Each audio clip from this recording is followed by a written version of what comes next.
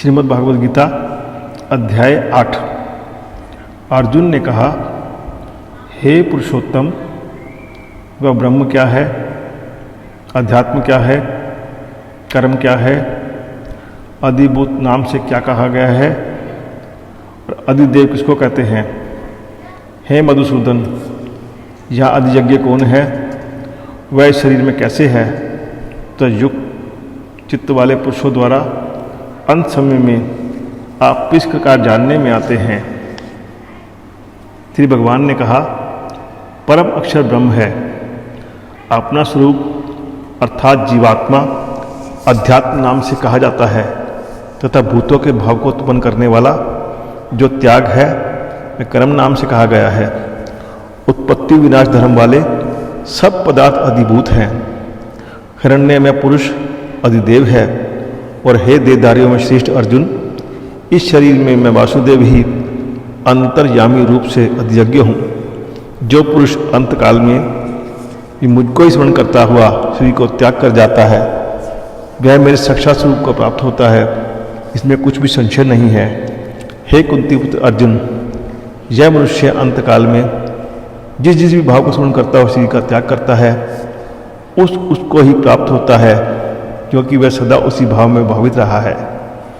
इसलिए हे अर्जुन, तो सब समय निरंतर मेरा स्मरण कर और युद्ध भी कर। इस प्रकार मुझ में अर्पण किए हुए मन बुद्धि से युक्त होकर तू निसंदेह मुझको ही प्राप्त होगा।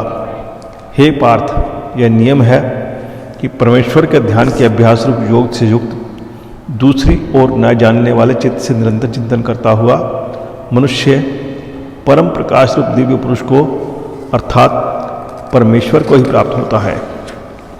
जो पुरुष सर्वज्ञ, अनादि, सबके नियंता, सूक्ष्म से भी अति सूक्ष्म, सबके धारण पोषण करने वाले, अचिंत्य स्वरूप, सूर्य के सदृश, नित्य चेतन प्रकाश रूप और अविद्या से अति परे शुद्ध सच्चिदानंद धन परमेश्वर का स्मरण करता है, वह भक्ति युक्त पुरुष अंतकाल में भी योग बल से भ्रुकुटी के मध्य में प्राण को अच्छी प्रकार स्थापित करके निश्चल मन से स्मरण करता हुआ उस दिव्य रूप परम पुरुष परमात्मा को प्राप्त हो जाता है। वेद के जानने वाले विद्वान जिस सच्चिदानंद धन रूप परम पद को अविनाशी कहते हैं, आसक्ति रहित यत्नशील सन्यासी महात्मा जन इसमें प्रवेश करते हैं। और जिस परम पद को चाहने वाले ब्रह्मचारी लोग ब्रह्मचर्य का आचरण करते हैं, उस परम पद को मैं तेरे लिए संक्षेप से कहूँगा। सब इंद्रिय के द्वारों को रोककर मन को दृश्य में स्थित करके इस जीते हुए मन के द्वारा प्राण को मस्तक में स्थापित करके परमात्मा संबंधी योग धारण में स्थित होकर जो पुरुष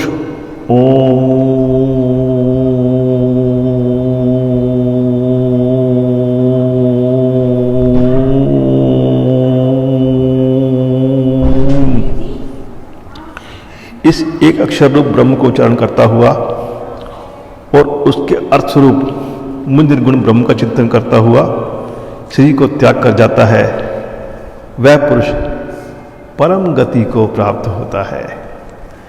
हे अर्जुन, जो पुरुष मुझ में अनन्यचित होकर सदा ही निरंतर मुझ पुरुषोत्तम को स्मरण करता है, उस नित्य निरंतर मुझ में युक्त हुए योगी के लिए मैं सुलभ हूँ, अर्थात उसे सहज ही प्राप्त हो जाता हूँ। परम सिद्धि को प्राप्त महात्मन मुझको प्राप्त होकर दुखों के घर एवं क्षणभंगुर पुरंजन को प्राप्त नहीं होते। हे अर्जुन, ब्रह्मलोक पर्यंत सब लोग पुनरावृत्ति हैं, परंतु हे कुंती पुत्र, मुझको प्राप्त होकर पुनर्जन्म नहीं होता, क्योंकि मैं कालातीत हूँ और ये सब ब्रह्म आदि के लोक काल में द्वारा सीमित होने से अनित्य हैं।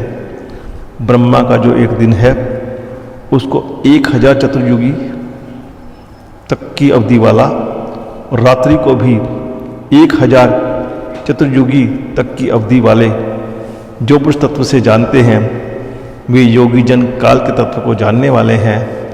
संपूर्ण चराचर भूतगण ब्रह्मा के दिन के प्रवेश काल में अव्यक्त भाव से अर्थात ब्रह्म के सूक्ष्म शरीर से उत्पन्न होते हैं और ब्रह्मा की रात्रि के प्रवेश काल में उस अव्यक्त नामक ब्रह्मा के सूक्ष्म शरीर में ही लीन हो जाते हैं। हे पार्थ, वही यह भूत समुदाय उत्पन्न होकर प्रकृति के वश में हुआ रात्रि के प्रवेश काल में लीन होता है और दिन के प्रवेश काल में फिर उत्पन्न होता है। उस अव्यक्त से भी अति परे दूसरा तद्विलक्षण जो सनातन अव्यक्त भाव है, वह परम दिव्य पुरुष सब भूतों के नष्ट होने पर भी नष्ट नहीं होता। जो अव्यक्त अक्षर इस नाम से कहा गया है, उसी अक्षर नाम अव्यक्त भाव को परम गति कहते हैं। जिस सनातन अव्यक्त भाव को प्राप्त होकर मुझसे वापस नहीं आते, वह मेरा परम धाम है। हे पार्थ, जिस परमात्मा के अंतर्गत सर्वभूत हैं और जिस सच्चिदानंद परमात्मा से ये समस्त जग परिपूर्ण है, वह सनातन अव्यक्त पुरुष तो अनन्य भक्ति से ही मेरे प्राप्त होने योग्य है।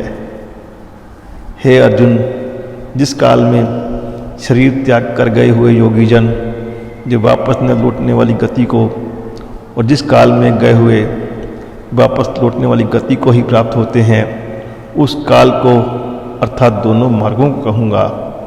जिस मार्ग में ज्योतिर्मय अग्नि अभिमानी देवता है, दिन का अभिमानी देवता है, शुक्ल पक्ष का अभिमानी देवता है और उत्तरायण के 6 महीनों का अभिमानी देवता है, उस मार्ग में मरकर गए हुए लोग ब्रह्मवेत्ता योगी जन उपयुक्त देवताओं द्वारा क्रम से ले जाए कर ब्रह्म को प्राप्त होते हैं।